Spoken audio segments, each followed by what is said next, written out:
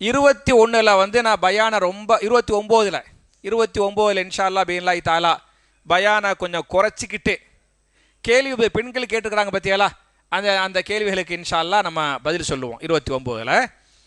இப்போ முதல் கேள்வியே குறுக்கு விசாரணை.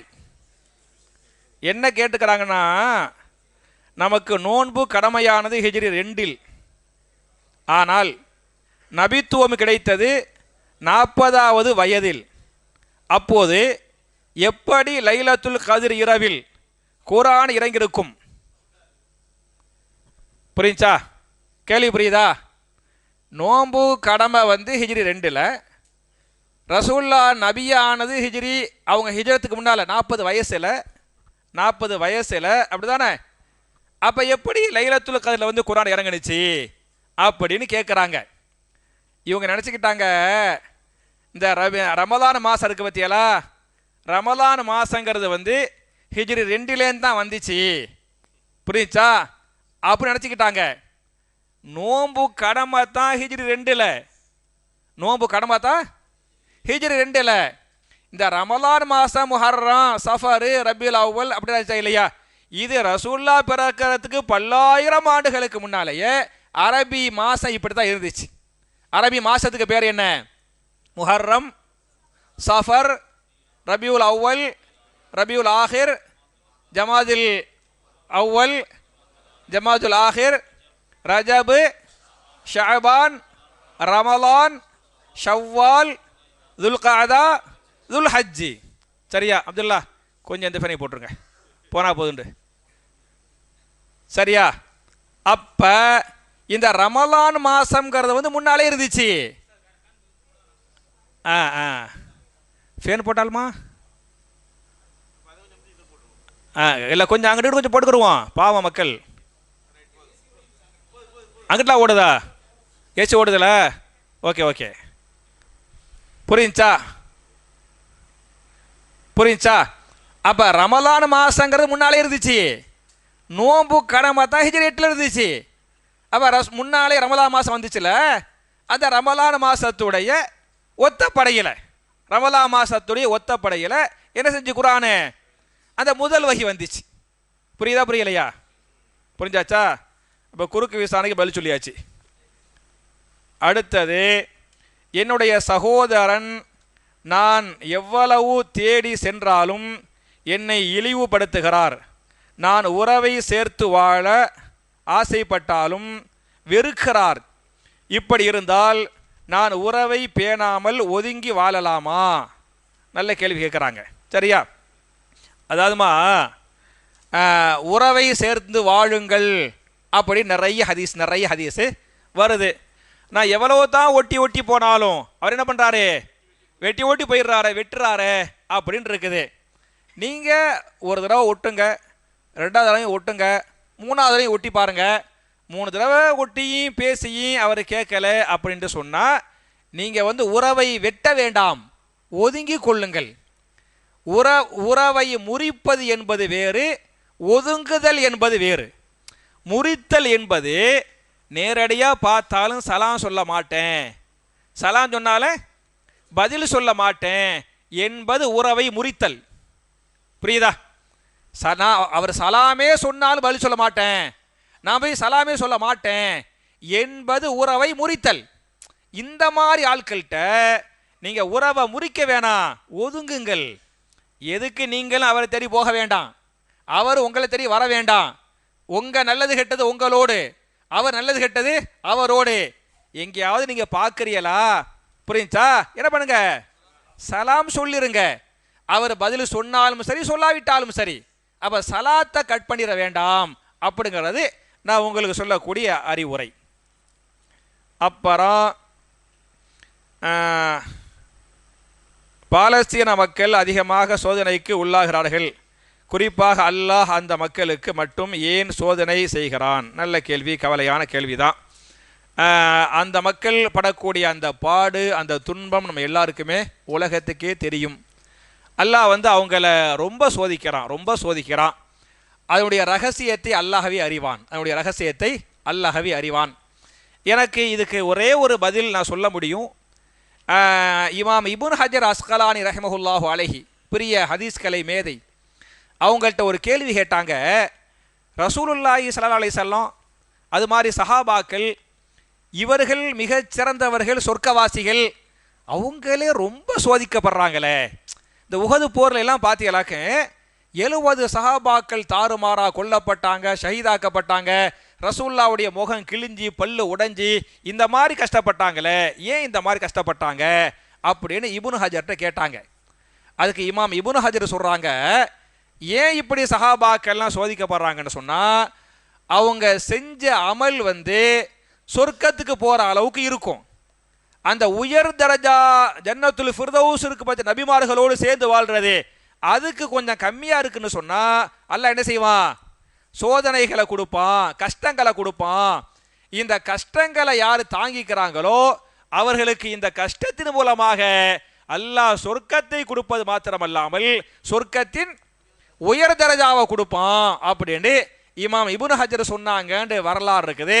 அது மாதிரி அவங்களுக்கு சொர்க்கம் என்பது மாத்திரமல்லாமல் சொர்க்கத்தின் உயர் தரஜாவை அல்லாஹ் கொடுப்பதற்கு காரணமாக இருக்கக்கூடும். இந்த ரகசியத்தை அல்லாஹ்வே அறிந்தவன். தராவீஹ் தொழுகையில் இமாம் சொர்க்கம் நரகம் பற்றிய வசனங்களை ஓதும்போது நாம் அதற்காக தொழுகையில் இருக்கும் நிலையில் துவா செய்யலாமா? சரியா? ஹஜரத் இமாம் ஹாஃபிஸா ஓராரு, சொர்க்கத்தை கொஞ்சம் குறைச்சி வைங்கத்தா, சரியா? அப்போ சொர்க்கத்தை பற்றி வரக்கூடிய ஆயத்து, நரகத்தை பற்றி வரக்கூடிய ஆயத்தெல்லாம் ஓதுறாரு. அப்போ நம்ம துவா செய்யலாமா, பாதுகாப்பு தேடலாமான்னு கேட்குறாங்க. துவா செய்யலாமா கூடாதா? துவா செய்யலாமா கூடாதா? செய்யக்கூடாது. துவா செய்யலாமா கூடாதா? செய்ய. இமாம்களுக்கு மத்தியிலே கருத்து வேறுபாடு பற்றியெல்லாம்.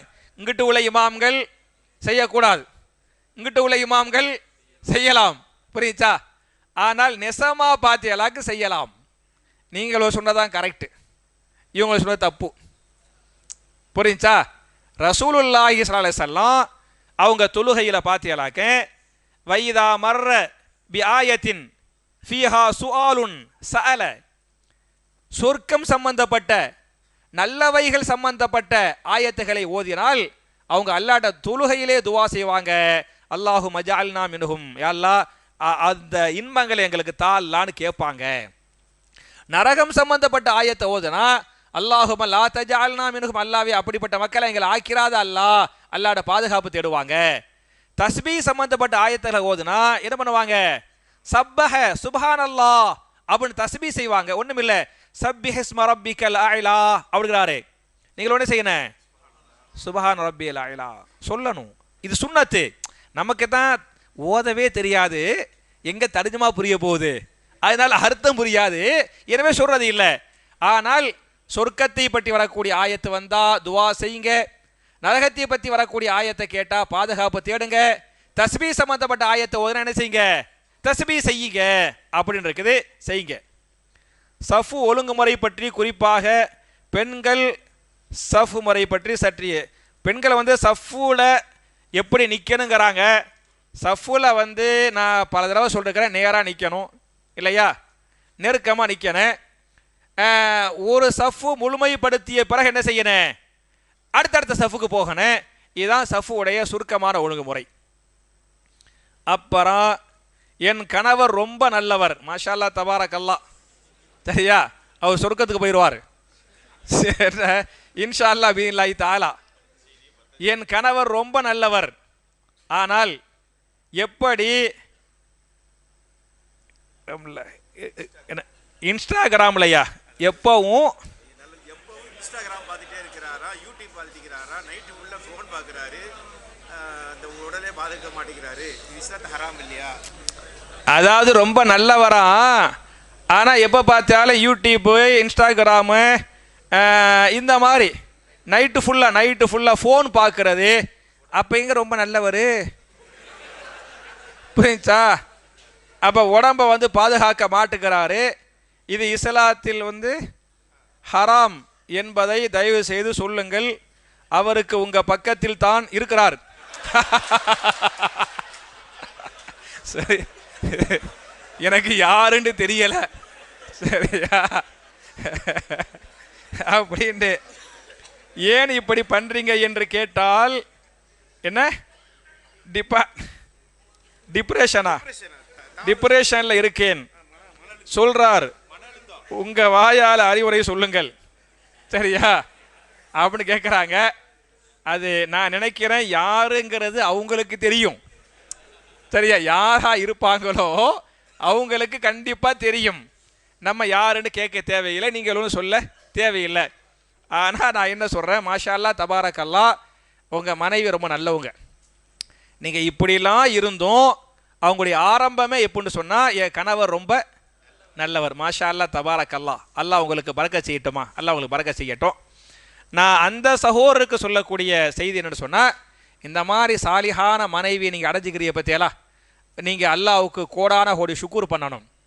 ஷுக்கூர் பண்ணிவிட்டு இந்த நேரத்தை வீணடிக்கிறியல்ல, நேரத்தை வீணடிக்கிறியல்ல, அது மார்க்கத்தில் ஹராமா ஹராம் இல்லையா? ஹராம் இல்லையா? அப்போ குர்ஆனில் படித்து பார்த்தியாலாக்க, வல் ஃபஜ்ர் அதிகாலையின் மீது சத்தியமாக, வல் லுஹா முற்பகல் மீது சத்தியமாக, வல் லைலி இரவின் மீது சத்தியமாக, வன் நஹாரி பகலின் மீது சத்தியமாக, வல் அஸ்ர் காலத்தின் மீது நேரத்தின் மீது சத்தியமாக. அப்படின்ட்டு இந்த நேரங்களின் மீது ஏன் அல்லாஹ் சத்தியம் பண்றான்னு சொன்னா, ஏன் பண்றான்? அதனுடைய அந்த அகமியத், அதனுடைய முக்கியத்துவத்தை உணர்த்துவதற்காக. அப்ப இந்த நேரத்தை வீணடிப்பது என்பது மார்க்கத்தில் பெரிய பாவம். அப்போ ஒன்று நேரத்தை வீணடிக்கிறது வந்து முதல் பெரிய பாவம். ரெண்டாவது பார்த்தீங்களாக்க, உங்க உடம்பை வீணடிக்கிறீல, உங்க கண்ணுக்கு செய்ய வேண்டிய கடமையை நீங்க செய்யல, உங்க வயிற்றுக்கு செய்ய வேண்டிய கடமையை செய்யல, உங்க மனைவிக்கு செய்ய வேண்டிய கடமை இருக்குது. அப்ப மனைவிக்கு செய்ய வேண்டிய கடமை இல்லாம, கண்ணுக்கு செய்ய வேண்டிய கடமை இல்லாம இருக்கிறீங்க பத்தியெல்லாம், அதை பத்தி கண்டிப்பா அல்லாஹ் என்ன செய்வான், உங்கள்கிட்ட விசாரிப்பான். சும்மல துஸ்அலுன்ன யௌமைதின் அனின் நஈம். மனைவி என்பது நிஅமத், கண்ணு என்பது நிஅமத், தூக்கம் என்பது நிஅமத். இந்த நிஅமத்தை யாப்பா நீ ஒழுங்கா பயன்படுத்தல அப்படின்னு அல்லாஹ் கேள்வி கேட்பான் அப்படின்னு குர்ஆன் பேசுகிறது. எனவே என் அருமை சகோதரரே, அவர் யாருன்னு தெரியல, நீங்க அல்லாஹ்வுக்காக என்ன செய்யுங்கன்னு சொன்னா, இதையெல்லாம் விட்டுப்புட்டு மனைவிக்கு செய்ய வேண்டிய கடமையை செய்யுங்க, உங்களுக்கு செய்ய வேண்டிய கடமையை செய்யுங்க. இன்னும் சொல்லப்போனா ரசூலுல்லாஹி ஸல்லல்லாஹு அலைஹி வஸல்லம் இஷா தொழுகைக்கு பிறகு பாத்தியலாக்க அவங்க என்ன செய்ய மாட்டாங்க, பேசி கொண்டிருக்க மாட்டார்கள். முக்கியமான வேலையா இருந்தா அந்த வேலையை செய்வாங்களே தவிர வெட்டியா பேச மாட்டாங்க. ரசூல் ஸல்லல்லாஹு அலைஹி வஸல்லம் ரெண்டு விஷயங்களை வெறுத்தார்கள். எந்த ரெண்டு விஷயங்களை? இஷாவுக்கு முன்னால் தூங்குவதையும் இஷாவுக்கு பின்னால் வெட்டியாக பேசிக் கொண்டிருப்பதையும், வெட்டியாக நேரத்தை வீணடிப்பதையும் என்ன செஞ்சார்கள்? வெறுத்தார்கள். நீங்க இஷாவுக்கு பிறகு முழிச்சுக்கிட்டு இருக்கிறீங்கன்னு சொன்னா ஏதோ ஃபாயிதாவான வேலை செய்யணும், இம்மைக்கோ மறுமைக்கோ ஃபாயிதாவான வேலை செஞ்சாதான் இஷாவுக்கு பிறகு முழிச்சுக்கிட்டு இருக்கிறமே தவிர, இல்லாட்டி என்ன செய்யணும், தூங்கிறணும் அப்படின்னு ஹதீஸ் இருக்குது. அதை இன்ஷா அல்லாஹ் ஃபாலோ பண்ணுங்க சரியா. அப்புறம் ஒத்திக்கு இருக்கலாமா? ஒத்திங்கிறது வந்து மார்க்கத்தில் கூடாதானே, புரிஞ்சா? ஒத்தினா இதை வீடு கிட்ட சொல்ல நினைக்கிறேன், அப்படித்தானே? ஒரு பொருளை வாங்கிட்டு, ஒரு அமௌண்ட்டை வாங்கிட்டு அது ஒத்தி வீடாக இருப்பாங்க, ஒரு 2 வருஷம் கழிச்சதுக்கு அப்புறம் போயிடுவாங்க, காசை வாங்கிடுவாங்க. அப்போ வாடகை கொடுக்காம இருந்தாங்கல்ல, அது வட்டியா வட்டி இல்லையா? வட்டி தானே. சில பேர் அல்லாவை ஏமாத்துவாங்க. எப்படி? 10,000 ரூபா வீடாக இருக்கு, 1000 ரூபா வாடகை கொடுப்பாரு, புரிஞ்சா? ரப்புக்கு தெரியாது, ரப்பு உங்களை விட அவர் ரப்புல் ஆலமீன். அதனால ஒத்தி என்பது மார்க்கத்தில் பாவம், ஹராம், கூடாது, இருக்கக்கூடாது. பெண்கள் கபருக்கு செல்லலாமா? புரிஞ்சா? கபருக்கு போகலாம், போகக்கூடாதா? கபருக்கு போகலாம். எப்போ போகலாம்? மௌத்தா பிறகு போகலாம், புரிஞ்சா? மௌத்தா பிறகுதான் பெண்கள் கபருக்கு போகணுமே தவிர ஹயாத்தா இருக்கும் போது என்ன செய்யக்கூடாது, கபருக்கு போகக்கூடாது. தெளிவா ஹதீஸ் வருது, லஅன ரசூலுல்லாஹி ஸல்லல்லாஹு அலைஹி வஸல்லம் ஜாயிராத்தில் குபூர். கபர்களுக்கு செல்லக்கூடிய பெண்களை அல்லாஹ் நாசமாக்குவானாக, சபிப்பானாக, அல்லாஹ் அழிப்பானாக என்று நபிகள் நாயகம் ஸல்லல்லாஹு அலைஹி வஸல்லம் பெண்களை கபருக்கு போக வேணாம்னு மட்டும் சொல்லல, போகக்கூடிய பெண்கள் மீது அல்லாஹ்வுடைய லஅனத்து உண்டாகட்டும், லஅனத்து பண்றாங்கன்னு சொன்னா எவ்வளோ பெரிய பாவம்னு புரிஞ்சுக்கிறங்க. அதனால இந்த கபரு ஜியாரத்து இருக்கு பத்தியலா, கபரு ஜியாரத்து வந்து ஆண்கள் மட்டும்தான் போகணும். கபரு ஜியாரத்துக்கு ஆண்கள் மட்டும்தான் போகணும். அதுவும் எந்த கபரு ஜியாரத்துக்கு? நத்ரசா வலியுல்லா, புரிஞ்சா? அந்த தர்காவுக்கு போயிடக்கூடாது. நானோ நீங்களோ நம்மளோ மூத்தாப்பன அடக்கம் பண்ணுவாங்கல்ல, இந்த துருப்பு பள்ளிவாசல கபருஸ்தானு, வேற என்ன ஜென்ரல் பஜார் பள்ளிவாசல கபருஸ்தானு, அந்த நம்மள மாதிரி மக்கள் நார்மல் சீதாவை அடக்கம் பண்றாங்க பார்த்தியாலா, அந்த கபருஸ்தானுக்கு நீங்க போங்க. அந்த கபருஸ்தானுக்கு போய் ஒரு துவாவை ஓதிட்டு வாங்க. என்ன துவா ஓதுங்க? அஸ்ஸலாமு அலைக்கும் அஹ்ல தியாரி மினல் முஃமினீன வல் முஸ்லிமீன் வ இன்னா இன்ஷா அல்லாஹு பிக்கும் லாஹிகூன் அஸ்அலுல்லாஹ் லனா வலக்குமுல் ஆஃபியா. மூமினான ஆண்களே, மூமினான பெண்களே, உங்கள் மீது அல்லாஹ்வுடைய சலாம் உண்டாகட்டும். அல்லாஹ் உங்களையும் எங்களையும் அல்லாஹ் என்ன செய்யட்டும்? மன்னிக்கட்டும். நீங்கள் முந்தி விட்டீர்கள், நாங்கள் என்ன செய்வோம்? பிந்தி வருவோம். இந்த துவாவை சொல்லிவிட்டு வாங்க அப்படின்னு இருக்குது. அப்போ ஆண்கள் கபரு ஜியாரத் என்பது பொதுமையவாடிக்கு மட்டும் போகணும், தர்காவுக்கு போகக்கூடாது. பெண்கள் பொதுமையவாடிக்கும் போகக்கூடாது, தர்காவுக்கு போகக்கூடாது. ஆண்கள் கேள்வி கேளுமா? சரி சரி, யாருமா? ஆ ஆ ஆ ம் ம் என்ன கேட்குறாருன்னா, பிறை வந்து எல்லாம் ஒரு காலண்டரில் போட்டுடுறாங்க. நீங்கள் அந்த காலண்டரை பார்த்து வந்து நோன்பு வைக்கிறது, பெண்ணால் கொண்டாடுறது மட்டும் பண்ண மாட்டேங்கிறிய. அதே சமயத்தில் தொழுகை நேரத்துக்கு மட்டும் அந்த காலண்டரை ஃபாலோ பண்ணுறீல, புரியுச்சா என்பது இது கேள்வி அல்ல, இது குறுக்கு விசாரணை. புரியுச்சா? நாங்கள் எப்படி ஃபாலோ பண்ணோம்? நாங்கள் எந்த காலண்டர் ஃபாலோ பண்ணலை. புரியுச்சா?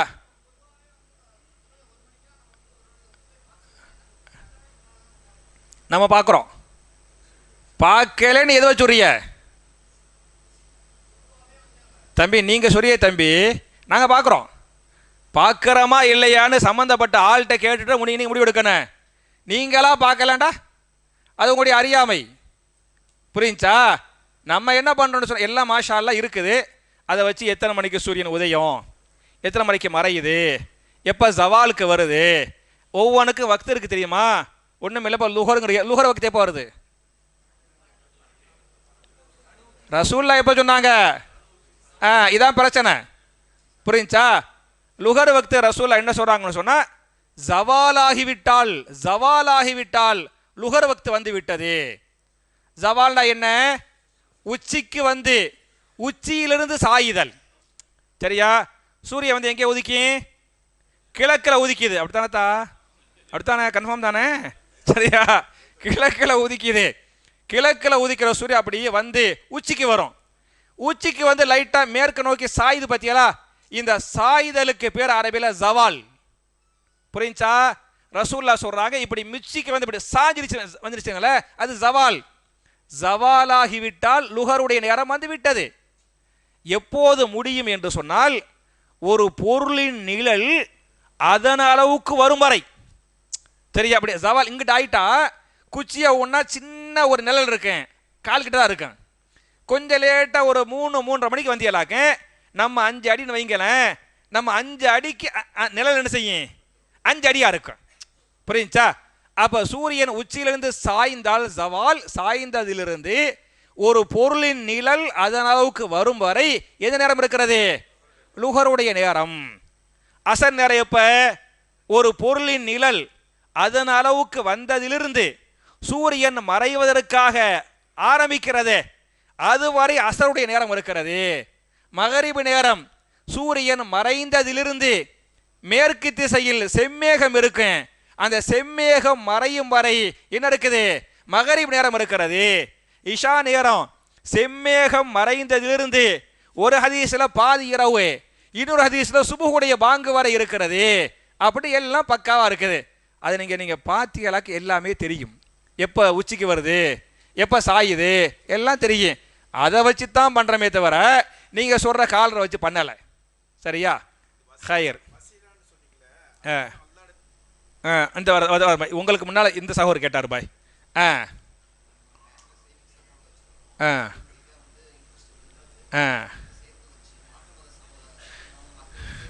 கொடுக்கலாமா? என்ன கேட்குறாங்கன்னா, எத்தனை லட்சம் வச்சுக்கிறிய? சரியா?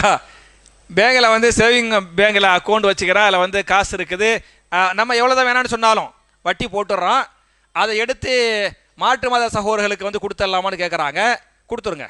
அது மாற்று மத சகோதரருக்கும் நீங்கள் கொடுக்கலாம், நம்ம மத சகோதரர்களுக்கும் கொடுத்துக்கலாம். புரிஞ்சா? அது மாற்று மத சகோதரர்களுக்கு தான் கொடுக்கணும், அப்பெல்லாம் எந்த சட்டத்திலையும் இல்லை. அவங்க தேவை உள்ளவங்களாம் கொடுங்க. ஆனால் கொடுக்கும் போது நான் சதக்கா பண்ணுறேன், இது நன்மை அப்படிலாம் கிடையாது. அங்கே கடந்தால் அது எதுக்கோ யூஸ் ஆகும். சரியா? அது எதுக்கோ யூஸ் ஆகும். மட்டுமல்லாம் ஒரு கட்டத்தில் குழம்பிடும், எது நல்ல காசு எது வட்டி காசுன்னு தெரியாத அளவுக்கு குழம்பிடும். அது சில சமயத்தில் நமக்கு எதிராக என்ன செய்வோம், மிஸ்யூஸ் பண்ணுறதுக்கு வாய்ப்பு இருக்குது. அதனால நீங்கள் இஸ்லாமிய நாடாக இருந்தால் போட மாட்டோம், நம்மளை எடுக்க மாட்டோம், நமக்கு தேவையும் இல்லை. நம்ம வசிக்கக்கூடிய நாடு, வேறு வழியே இல்லை. ரொம்ப பியூராகலாம் இருக்க முடியாது, அப்படி தானே? ரொம்ப பியூராக இருந்தால் இந்தியாவில் வாழவே முடியாது. ஒன்றும் இல்லை, நம்ம இங்கே வந்து தண்ணி குடிக்கிறோம், அப்படி தானே? ஒது செய்கிறோம், பாத்ரூமுக்கு போகிறோம். இந்த தண்ணியெலாம் எங்கேருந்து வருதுன்னு சொல்லி இந்த போன் இருக்கிற வாட்டர் டேங்கு அதில் எழுதி வச்சுக்கிறாங்க, ஜப்பான் நாட்டிலிருந்து நிதி உதவி பெற்று. புரியுதா? திருச்சி மாநகராட்சி கவர்மெண்ட் வாங்கி மாநகராட்சியை கொடுத்து இந்த தொட்டி கட்டி வச்சுக்கிறோம், இத்தனை கோடிக்கு கட்டணும் அப்படின்னு நீ பார்த்து எல்லாம் எழுதி போட்டிருக்கிறாங்க. அப்போ இந்த வாட்டர் டேங்க் கட்டியதை நம்ம காசு மட்டும் இல்லை, எந்த காசா? ஜப்பான்லேருந்து வாங்கின காசா. ஜப்பான் என்ன தமிழ்நாட்டு கவர்மெண்ட்டுக்கு சதக்காவா பண்ணிச்சு? என்ன கொடுத்தா? வட்டியை கொடுத்துக்கிறான். அதை வச்சு தான் வருது. இல்லை, ஜப்பான் வட்டியை கொடுத்துச்சு, நான் வாங்க மாட்டேன், குடிக்க மாட்டேன், அப்படின்னா மூத்தா போயிடுவோம். புரியுதா? நமக்கு என்ன முடியுமோ அதை வச்சு நம்ம வந்து லைஃப்பை ஓட்ட வேண்டியதான். நம்ம இந்தியாவில் வாழ்கிறோம், அதை எடுங்க. முஸ்லீமும் நான் முஸ்லீமும் யார் தேவையோ அவங்களுக்கு கொடுத்துருங்க.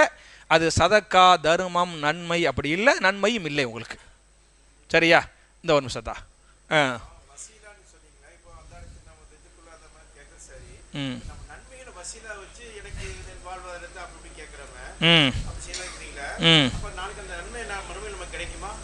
அதாவது நம்ம செஞ்ச நன்மையை அல்லாட்ட சொல்லி காட்டி வசீலா தேடுங்கன்னு சொல்றியல, அந்த நன்மைக்குரிய கூலி மறுமையில் அல்லாட்ட கிடைக்குமா அப்படின்னு கேட்குறாங்க. கிடைக்கும். நீங்கள் செஞ்ச நன்மையை சொல்லி வசீலா தேடுங்க நானா சொன்னேன்? சொன்னது யாரு? ரசூல் ஸல்லல்லாஹு அலைஹி வஸல்லம் சொன்னார்கள், ஹதீஸ் இருக்குது. அவங்க அப்படி கேட்டாங்க, ரசூல் அங்கீகரிச்சாங்க. அந்த 3 பேர் இருக்கிறாங்கல்ல, எந்த 3 பேர்? குகையில் போய் மாட்டிக்கிட்டாங்கல்ல, குகையில் போய் மாட்டிக்கிட்டவங்க, யாரெல்லாம் எங்கள் அம்மா வாப்பாக்கு நான் அப்படி ஹிதமத் பண்ணுவான்ல, அவங்க முழிச்சு அவங்க சாப்பிட மாட்டான்ல, அப்படி செஞ்சாங்கல்ல, அந்த ஹிதமத்தின் பொருட்டால் துவாவை ஏற்றுக்கொள்வாயாக ஒருத்தர் கேட்டார். ஒருத்தர் வந்து வேலை செஞ்சு போட்டு கூலிக்கு ஒரு ஆட்டை கொடுத்து போட்டு போனார். அந்த ஆட்டை வளர்த்து என்னவாயிருச்சு? பண்ணையாவே போயிருச்சு. திருப்பி கேட்கும் போது நான் பண்ணையவே கொடுத்தான்ல. நம்ம ஆளுக்கு கொடுத்த ஆடை கொடுக்க மாட்டாங்க, அவர் கொடுத்த ஆடு இல்லை, கொடுத்த ஆடு இல்லாமல் பண்ணையவே கொடுத்தான்ல, உனக்காத்தான் அல்ல கொடுத்தேன், அது மூலமாக எனக்கு இன்னும் கொஞ்சம் காப்பாத்தான்ல அப்படின்றாரு. இன்னொரு ஆளை வந்து ஒரு பெண்ணை, எங்கள் சொந்தக்கார பிள்ளைய ரொம்ப நேசித்தேன், அவளை அடையவே முடியலை. ஒரு கட்டத்தில் அவளுக்கு வறுமை, எனக்கு வசதி, என்கிட்ட கடன் கேட்டா, அப்போ அவளுடைய இந்த வறுமையை பயன்படுத்தி செஞ்சுக்கலாம், அவள் அடைஞ்சிடலாம் அப்படின்னு சொல்லிவிட்டு அவள்கிட்ட கேட்டேன். அவளும் சரி, அந்த உச்சகட்ட வறுமையில் அவளும் சரின்னு சொல்லிட்டா. நான் கொடுத்து அவள்கிட்ட போயிட்டேன். அப்படி நெருங்குற அந்த நேரத்தில் அவ சொன்னா, இத்தகில்லா, அல்லாஹ்வை பயந்துகொள், அல்லாஹ்வை பயந்துகொள். யாருக்கும் தெரியும், நாங்கள் தப்பு செஞ்சா யாருக்கும் தெரியாது, தப்பும் செஞ்சிருக்க முடியும், மாட்டிக்கிறாம தப்பிச்சிருக்கவும் முடியும். அந்த மாதிரி சூழ்நிலைகளுக்கு அமைஞ்சிச்சு. ஆனா அந்த டயத்தில் அல்லாஹ்வை பயந்துகொள் அப்படின்னு சொன்ன உனையுமே நீண்ட நெடிய நாளான ஆசைப்பட்ட மத்தியெல்லாம் அவளை நான் எதுவுமே செய்யலை, தொடவே இல்லை, நான் அப்படியே திரும்பிட்டான்ல. ஓ மேலே உள்ள அந்த பயத்தின் காரணத்தால் தப்பு செய்யாமல் இருந்தான்ல, அதன் மூலமா எனக்கு இன்னும் கொஞ்சம் அந்த பாறையை விளக்க வச்சு காப்பாத்தான்னு கேட்டாரு. அல்லாஹ் ஏத்துக்கிட்டு காப்பாத்தனா அப்படின்னு ரசூலுல்லாஹ் சொல்லிருக்கிறாங்கல்ல. அப்ப அவருக்கு வந்து இந்த அம்மா பாப்பாக்கு ஹிதமத் பண்ணார்ல, அதுக்குரிய கூலிய மறுமையில் அல்லாஹ் கொடுப்பானா மாட்டானா? இந்த ஆட்டுக்கு பண்ணையே கொடுத்தார்ல, கொடுப்பானா மாட்டானா? இந்த அல்லாஹ்வுடைய பயத்துல விலகி வந்தார்ல, கொடுப்பானா மாட்டானா? கண்டிப்பா அல்லாஹ் கொடுப்பான். ரசூலுல்லாஹ் என்ன சொல்றாங்க? ரசூலுல்லாஹ் சொன்னா அல்லாஹ் கண்டிப்பா செய்வான். ரசூலுல்லாஹ் அவங்களாம் சொல்ல மாட்டாங்க, வாய் தான் அவங்க வாய், கருத்து யாருடைய கருத்து? ரப்பு சொன்னதான் ரசூலுல்லாஹ் சொல்லுவாங்க. பெரியவங்க, பெரியவங்களுக்கு பிறகு இன்ஷா அல்லாஹ் சின்னவங்க.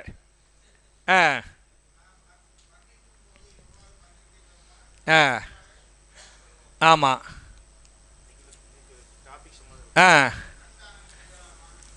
என்ன கேட்குறாங்கன்னா, மாஷா அல்லாஹ் தபாரக் அல்லாஹ்.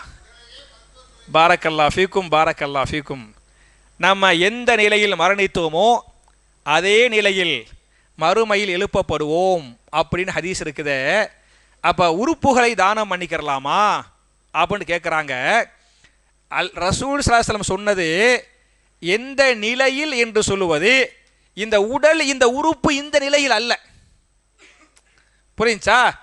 ஒரு பேச்சுக்கு ஒருத்தர் கண் தெரியாதவராக இருக்காரு, அவர் மறுமையில் கண் தெரியாத குருடராக எழுப்பப்படுவார் மாட்டார். ஒருத்தர் ஊனமாக இருக்கிறாரு, ஊனமாக எழுப்பப்படுவார் மாட்டார். ஒருத்தருக்கு ஒரு கண்ணு தான் இருக்குது, ஒத்த கண்ணோட எழுப்பப்படுவார் மாட்டார். அப்போ எந்த நிலையில் நீங்கள் மரணித்தீர்களோ அதே நிலையில் எழுப்பப்படுவீர்கள் என்று சொல்லுவது உடல் நிலை அல்ல, ஈமானிய நிலை. எந்த நிலை? அவருடைய ஈமானிய நிலை, அவருடைய இபாதத்தின் நிலை. எந்த ஈமான் அவருக்கு எப்படி இருந்துச்சோ, எந்த மாதிரி இபாதத்து பண்ணார். ஒரு பேச்சுக்கு ஒரு ஹதீஸ் வருது, ஒரு சஹாபி இஹ்ராம் கட்டி கொண்டு இஹ்ராம் நிலையில் மரணித்து விட்டார். ரசூலுல்லாஹ் சொன்னாங்க, அவரை நீங்கள் என்ன செய்யுங்கன்னு சொன்னால், கஃன் பண்ணும்போது தலை என்ன செய்யாதீய, மறைக்காதீய. அவர் எந்திரிக்கும் போது லப்பைக் அல்லாஹும்ம லப்பைக் லப்பைக் லா ஷரீக லக லப்பைக் இன்னல் ஹம்த வன் நிஅமத லக வல் முல்க் லா ஷரீக லக்னு தல்பியா சொல்லிக்கொண்டே எந்திரிப்பார். ஹதீஸ் வருது. அப்ப எந்த நிலை இது? இபாதத்தின் நிலை, ஈமானிய நிலை. புரிஞ்சா? ஒருவர் விபச்சாரம் செய்கிறார், அந்த விபச்சாரம் செய்த நிலையில் மரணித்தால் மூமினாவே இருக்க மாட்டார். புரிஞ்சா? அந்த அந்த ஈமானிய நிலையை பற்றி ரசூலுல்லாஹ் பேசினாங்களே தவிர உடல் நிலையை பற்றி பேசவில்லை.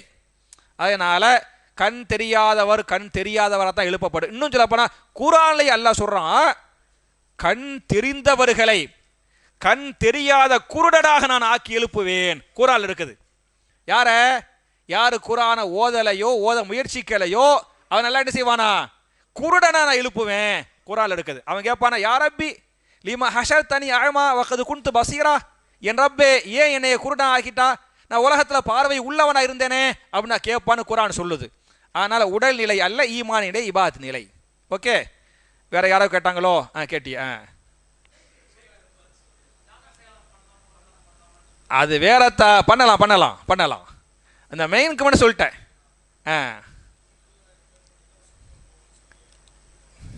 சரி சரி, ஓகே, மாஷா அல்லாஹ். ஓகே, 70,000 பேர் மட்டும்தான் சொர்க்கத்துக்கு போவாங்கன்னு ஹதீஸ் இருக்குது. கோடான கோடி பேர் இருக்கிறாங்களே, அப்போ நம்மெல்லாம் அதை கேட்கும் போதே பயமாக இருக்குது அப்படின்னு மாஷா அல்லாஹ் சகோதரர் என்னத்தா அப்படின்னு இருக்குது. சகோதரர் அந்த ஹதீஸை தவறாக புரிந்து கொண்டார். சரியா? ஒன்று சகோதரரும் புரிந்து கொண்டார், நம்ம நாட்டில் பல ஆலிம்களும் புரிந்து கொண்டார்கள். ஹதீஸ் எப்படி வார்த்தைன்னு சொன்னால், 70,000 பேர் கேள்வி கணக்கின்றி சொர்க்கம் செல்வார்கள். 70,000 பேர் கேள்வி கணக்கு இல்லாமல் சொர்க்கம் செல்வார்கள் என்பது ஹதீஸ். இதை வச்சு நிறைய பேர் என்ன சொல்றாங்கன்னா, கேள்வி கணக்கு இல்லாமல் 70,000 பேர் சொர்க்கத்துக்கு போயிடுவாங்க அப்படின்னு நம்ம ஊர் ஆலிம்சாக்கள், சரியா, தமிழ்நாட்டு ஆலிம்சாக்கள் இப்படின்னு சொல்றாங்க. ஆனால் நீங்க உலகத்தில் சவுதி அரேபியா மற்ற நாடுகளில் போய் பார்த்தீங்களாக்க அவங்கெல்லாம் என்ன சொல்லுவாங்கன்னு சொன்னா, அப்படி இல்லை, கோடான கோடி மக்கள், இந்த ஹதீஸை வச்சு கோடான கோடி மக்கள் கேள்வி கணக்கு இல்லாமல் சொர்க்கத்துக்கு போவாங்க அப்படிங்கிறாங்க. அதுக்கு ரசூலுல்லாஹ் அந்த 70,000 சொன்னாங்கல்ல, அது கரெக்டாக 70,000 குறிக்காது. அரபியில் அதிகமாக சொல்றதுக்கு 10ங்குவாங்க, 70ங்குவாங்க, புரிஞ்சா, 700ங்குவாங்க, ரொம்ப சொல்றதுக்கு 70,000ங்குவாங்க. அந்த 70,000 கரெக்டாக சொல்லுவ. சவுதியில் கம்மர் அனகலாம் அஷர மர்ராத் கரெக்டாக சொன்ன சாக்கு. சரியா? சில பேர் பார்த்தீங்களாக்க சவுதிக்காரரு பேசுவேன், கர்மர் அனகலாம் அஷர மர்ராத். நான் எத்தனை தடவை 10 தடவை சொல்லிட்டேன். புரிஞ்சா? இந்த 10 தடவை நம்மளே சொல்லுவோம்ல, 10 தடவை சொல்லிட்டேன் முடியல. 10 தடவைன்னு சொன்னால் நெசமா 1 2 3 9 10 அப்படி எண்ணி வச்சா 10 தடவை சொல்லுவோம். இல்லை ஒரு 2 தடவை 3 தடவை சொல்லி பார்த்துருப்போம். அதுக்கப்புறம் 10 தடவை சொல்லிட்டாங்குவான், பொய்யா சொன்னோம். இது நம்ம பேச்சின் வழக்கம். அது மாதிரி அரபியின் பேச்சின் வழக்கம் வந்து 70, 700, 70,000 இது அதிகத்தை குறிக்கக்கூடிய வார்த்தையே தவிர 70,000 பேர் தான் கேள்வி கணக்கு இல்லாமல் போவாங்க, அதுக்கு மேலே உள்ள ஆட்கள் இல்லை, அந்த அர்த்தம் அல்ல. ரசூல்லா அதுக்கு அந்த பின்னால் சொல்கிறாங்க, யார் முழுமையாக அல்லாவை ஈமான் கொண்டாங்களோ, இறையச்சத்தோடு இருந்தாங்களோ, அது மாதிரி உள்ள எல்லாரும் அப்படி சொர்க்கத்துக்கு போவாங்க அப்படின்றது. அப்படித்தான் நீங்கள் புரிந்து கொள்ள வேண்டும். சின்ன ஒரு உதாரணம், குரானில் சூரத்துல் பக்கராவுடைய 261 புரிஞ்சா?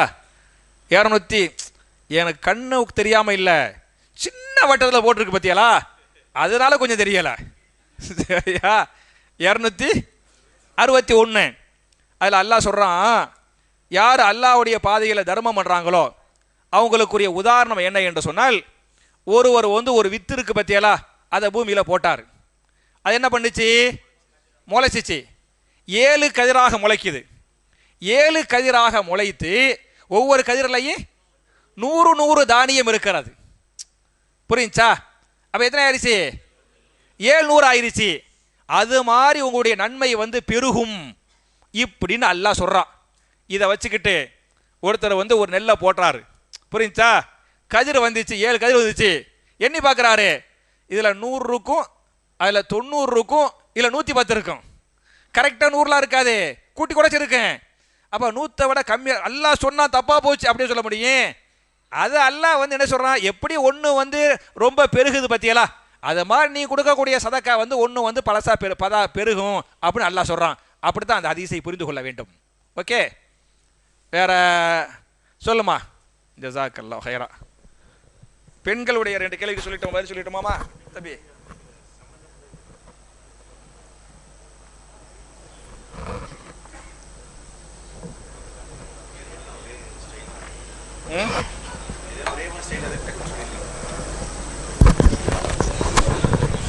அப்புறம் 29 சில கேள்வி மட்டும், அதாவது கேள்வி பயான் செய்வேன் சுருக்கமா. அஸ்ஸலாமு அலைக்கும்.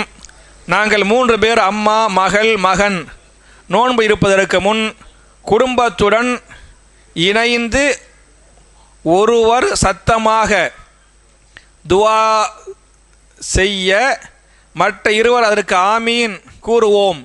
இந்த துவா கூடுமா இல்லையா? சரியா? கூடாது. புரியுதா? 3 பேரா, ஒருத்தர் சத்தமாக துவா செய்கிறாராம், 2 பேர் சத்தமாக ஆமீன் சொல்கிறாங்களாம். சூரத்துல் ஆராஃப் 7வது சூரா 55வது ஆயத்து 7:55. உங்களுடைய ரப்பிடத்தில் நீங்கள் துவா செய்யுங்கள் பணிவாக. 2வது என்ன? மெதுவாக. பணிவாக, மெதுவாக, சத்தம் இல்லாமல். நம்ம கேட்கறது உங்களுக்கு கேட்டுச்சா?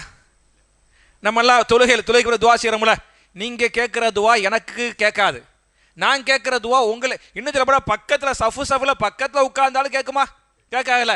நமக்கு ரப்புக்கப்பட்டதை கேட்கேன்.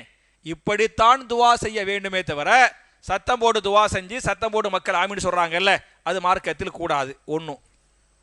2வது, நகம்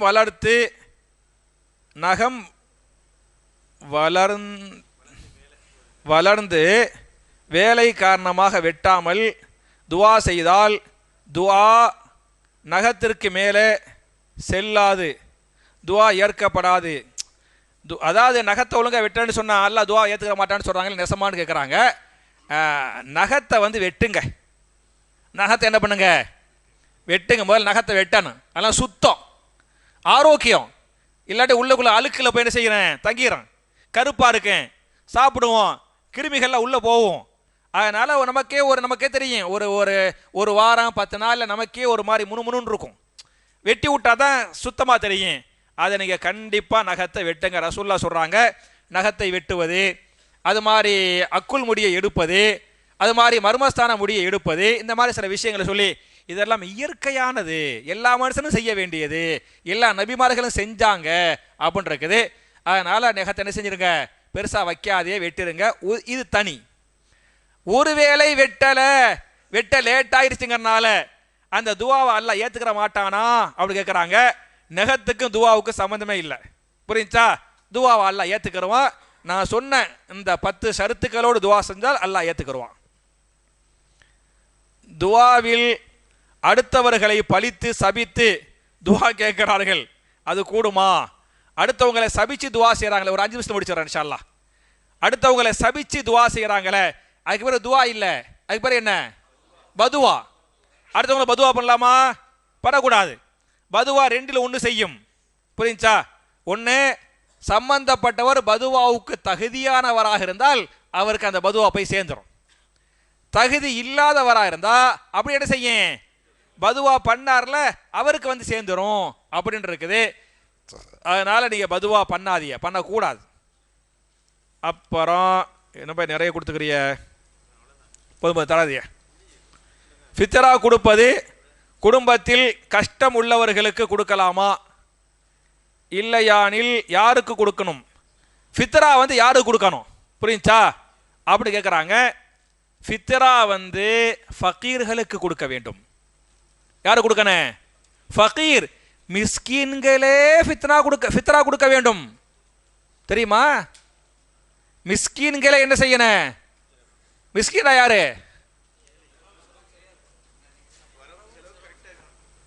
வரவும் அன்னன்னைக்கு கிடையாது, அதெல்லாம் மாசத்துக்கு சம்பாதிப்பாரு. புரிஞ்சா? அவரை சம்பாத்தியம் நல்ல சம்பாத்தியம் கிடைக்கும். ஆனால் இந்த மாசத்துடைய கடைசியில் டைட்டா இருக்கும். அப்படி அந்த சிரமத்தில் வண்டி ஓட்டுறாரு பத்தியெல்லாம், அவர் மிஸ்கீன். அந்த மிஸ்கீனே ஃபித்ரா ஜக்காத்து கொடுக்க வேண்டும். புரியுதா? யாரு கொடுக்கணும்? ஃபகீர்கள், ஒண்ணுமே இல்லாம நம்மகிட்ட வந்து கையேந்துறாங்கல்ல, யாசகம் கேட்கறாங்கல்ல, அவங்களுக்கு வந்து மிஸ்கீனே ஃபகீருக்கு ஜக்காத்துல் ஃபித்ர் வந்து கொடுக்கணும். புரிஞ்சா? அப்புறம் ஒரு பெண் தவிர்க்க முடியாத ஒரு நான் முஸ்லிம் ஆணை மனமுடித்து விட்டால், ஆனால் எந்த சூழ்நிலையில் ஈமானை இஸ்லாத்தை விடவில்லை, அவளுக்கு மறுமையில் சொர்க்கம் கிடைக்குமா? எப்படி? தவிர்க்க முடியாம நான் முஸ்லிமான கல்யாணம் முடிச்சுட்டாங்களாம். என்ன உங்களுக்கு அப்படி தவிர்க்க முடியாம? புரிஞ்சா? அவளை கல்யாணம் பண்ணி செத்தா போயிருவிய, அதான் தவிர்க்க முடியாதது. உங்க கொழுப்பு அது தவிர்க்க முடியாதெல்லாம் கிடையாது, தவிர்க்க முடியும். ஒரு பெண் நினைத்தால் ஒருவனை அடையவும் முடியும், ஒருவனை விட்டு விலகவும் முடியும். அதான் யதார்த்தம். ஆம்பளைகளாம் அதுல 2ஆவதான், பெண்ணு தான் என்ன ஃபர்ஸ்ட். புரிஞ்சா? ஒரு ஆண் நினைத்தால் ஒருவனை அடைய முடியாது, ஆனால் ஒரு பெண் நினைத்தால் ஒருவனை அடைந்து விட முடியும். இதான் யதார்த்தம். என்னத்தா சரியா சரியில்லையாத்தா? கரெக்டா சொல்றேன்ல? சரியா? அவர்கிட்ட ஓகே வாங்கினா கரெக்டு. என்ன? ஏன்னா குரான்ல நீங்க பாருங்களேன், எல்லா ஆண்பால் பெண்பால் ஆண்பால் அப்படித்தான் இருக்கும் எல்லா விஷயத்துலையும். முதல்ல ஆண்பால், 2வது என்ன? பெண்பால். ஆனா இந்த விபச்சாரத்தை மட்டும் அல்லாஹ் சொல்லும் போது அஸ்ஸானியத்து வஸ்ஸானி ஃபஜ்லிது குல்ல வாஹிது மின்ஹுமா மிஅத ஜல்தா, 24வது சூராவுடைய 2வது ஆயத்து. அதாவது திருடர் விஷயத்துல திருடன் திருடி அப்படிதான் வரும். மூமின், மூமினான ஆண், மூமினான பெண், தொழக்கூடிய ஆண், தொழக்கூடிய பெண், அப்படி முதல்ல ஆண். புரிஞ்சா? சகோதர சகோதரிகள். ஃப்ளைட்டில் வந்து ladies and gentlemen, ladies and ஜென்டில்மேனுங்கிறது வந்து நம்ம ஃப்ளைட்டில் மட்டும் கேட்டுக்கிறோம். முதல்ல லேடிஸுங்க, எனக்கு அதுவே கோபமாக இருக்கும். ஏன்டா நம்மளை விட்டுப்படி லேடிஸுங்கண்ணா ஃபஸ்ட்டு அப்படின்ட்டு. அது ஏதோ இங்கிலீஷில் அப்படி இருக்கும்போது தெரியுது. முதல்ல லேடிஸ், 2வது ஜென்ஸு. ஆனால் அரபியை பொறுத்தவரை ஃபர்ஸ்ட் என்ன? ஆண்பால் தான், 2வதா பெண்பால். இது அரபி. ஆனால் எல்லாத்துலேயும் ஆண்பால் ஃபர்ஸ்ட் அல்லாஹ் சொல்லிவிட்டு, இந்த விபச்சாரத்தில் மட்டும் விபச்சாரம் பண்ணக்கூடிய பெண்ணும் விபச்சாரம் பண்ணக்கூடிய ஆணும், இதுக்கு மட்டும் அல்லாஹ் பொண்ணை ஃபர்ஸ்டா சொல்லுவான், ஆனா 2வது சொல்லுவான். ஏன் அப்படின்ட்டு சொன்னா, இந்த மாதிரி தப்புக்கு ஆண் எவ்வளவு தான் நினைச்சாலும் அதான் கற்பழிப்பு என்பது வேறு. புரியுதா? கற்பழிப்பு என்பது வேறு, விபச்சாரம் என்பது வேறு. விபச்சாரத்துக்கு ஒரு பெண்ணின் இசைவு இல்லை என்று சொன்னால் ஒன்றுமே பண்ண முடியாது. இதுதான் யதார்த்தம். அதனால நிர்பந்தத்தின் காரணத்தால் ஒரு நான் முஸ்லிம் ஆணை திருமணம் செய்து விட்டேன் அந்த திருமணம் செய்தவள் சொர்க்கத்துக்கு போவாளா? என்ன நிர்பந்தம்? பச்சை ஹராம், பச்சை ஹராம். அதுக்கு பிறகு கூடுவது ஜினா, விபச்சாரம். அப்ப லைஃபே விபச்சாரமா இருந்தா எப்படி சொர்க்கத்துக்கு போக முடியும்? அவங்களே முடிவெடுத்துக்கிறட்டும். அப்புறம் இதுக்கு பிறகு தம்பியுடைய கடைசி கேள்வி, பெண்களுடைய கடைசி கேள்வி, அப்புறம் தம்பியுடைய கடைசி கேள்வி. 29 நம்மளால இன்ஷா அல்லாஹ் கேட்டுக்கலாம். 29 இன்ஷா அல்லாஹ், 29 இன்ஷா அல்லாஹ் ப்ளீஸ். அப்புறம் வெள்ளிக்கிழமை துவா ஏற்றுக்கொள்ளப்படும் நேரத்தை நீங்கள் கூறவில்லை, அது எந்த நேரம் என்று தெளிவாக கூறுங்கள். கொஞ்சம் முடிச்சிடலாமே, ஒரு 2 நிமிஷம் முடிச்சு, 2 நிமிஷம். சரி, இது கூட வேண்டாம் பாய், இப்போ பார்த்துக்கலாம் பாய். தம்பி சொல்லுமா, சொல்லுப்பா.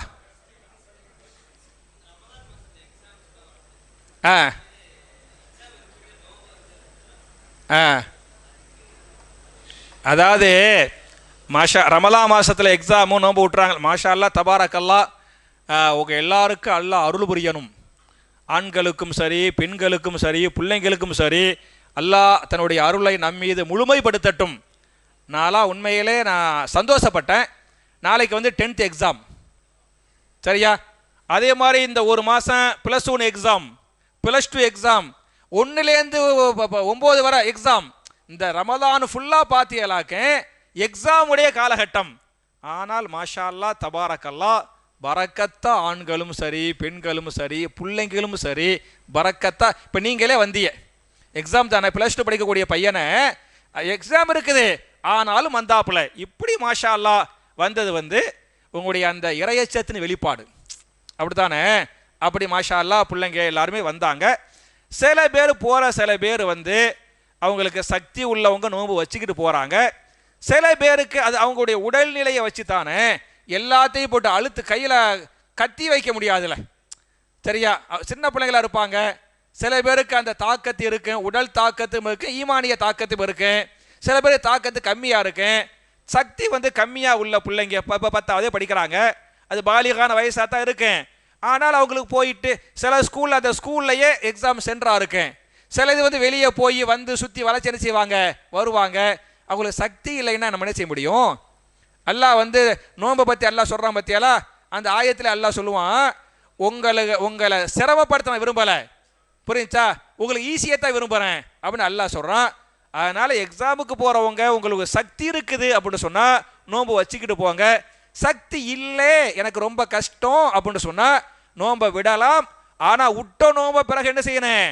எடுத்து வைக்கணும் அப்படிங்கிறது மார்க்கத்தின் சட்டம். என் அருமை சகோதரர்களே, என் அருமை தாய்மார்களே, மாஷா அல்லா தபாரக்கல்லா, இவ்வளோ பேர் இவ்வளவு கூட்டமாக வந்து இவ்வளோ நேரம் உட்காந்து கேட்டு, ஏறக்குறைய ஒரு 3 மணி நேரம் இருக்குமா, 2.5 மணி நேரம் இருக்கும் இல்லையா? கேட்டு பெரிய விஷயம். பேசுவது பெரிய விஷயமோ இல்லையோ, பெருசோ பேசுவது பெருசு இல்லையோ, பேசி பாருங்க, அப்பதான் அந்த கஷ்டம் தெரியும், புரிஞ்சா? அதனால இப்படி உட்காந்து கேட்டீங்க பத்தியலா, நம்ம எதை சொன்னோமோ எதை கேட்டோமோ அதன்படி அமல் செய்யக்கூடிய தௌஃபீக்கை நம்ம எல்லாருக்கும் அல்லாஹ் தரட்டும். நம்முடைய எல்லா விதமான ஹலாலான ஹாஜத்துகளை அல்லாஹ் நிறைவேற்றி வைக்கட்டும். மறுமையில் சொர்க்கத்தை அல்லாஹ் தந்தருள்வானாக என்ற துவாவோடு முடிக்கிறேன். சுபஹானக அல்லாஹும்ம வ பிஹம்திக அஷ்ஹது அல்லா இலாஹ இல்லா அன்த அஸ்தக்ஃபிருக வ அத்தூபு இலைக். அஸ்ஸலாமு அலைக்கும்.